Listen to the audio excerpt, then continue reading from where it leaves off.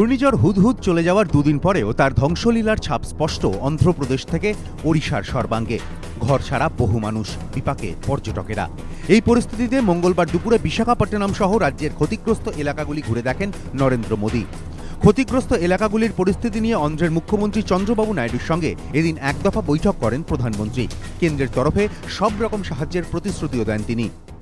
इतने बड़े संकट को पहुंचने के लिए भारत सरकार की तरफ से एक इंटरिम असिस्टेंस के रूप में 1000 करोड़ रुपया भारत सरकार की तरफ से देने की मैं घोषणा करता हूं और तुरंत सर्वे होने के बाद आगे भी भारत सरकार आंध्र के साथ, वाइजाग के साथ पूरी तरह साथ रह करके इन समस्याओं से बाहर निकलने के लिए जो भी आवश्यकता होगा उसको पूरा करेंगे।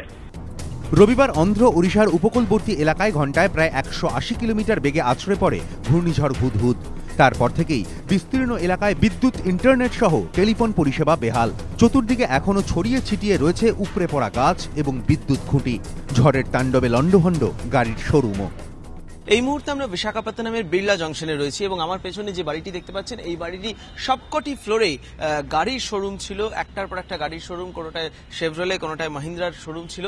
কিন্তু এই যে ঝড় হয়েছে রবিবার, হুদহুদ ঝড়, সেই ঝড়ের ফলে কিন্তু পুরোটা ড্যামেজ হয়েছে এবং এই মুহূর্তে যে ছবি আমরা দেখাচ্ছি গাছের সঙ্গে গাড়ি ঝুলছে, যেটা জানা যাচ্ছে যে এই গাড়িটা এই বাড়িরই 4 তলার উপর থেকে গাড়িটা পড়ে গেছে। ঘূর্ণিঝড়ের প্রভাবে ক্ষতিগ্রস্ত বিমানবন্দর। সূত্রের খবর, পরিষেবা পুরোপুরি স্বাভাবিক অবস্থায় আসতে আরও 1 সপ্তাহ সময় লাগবে। ফলে বেড়াতে গিয়ে চরম বিপাকে পর্যটকেরা।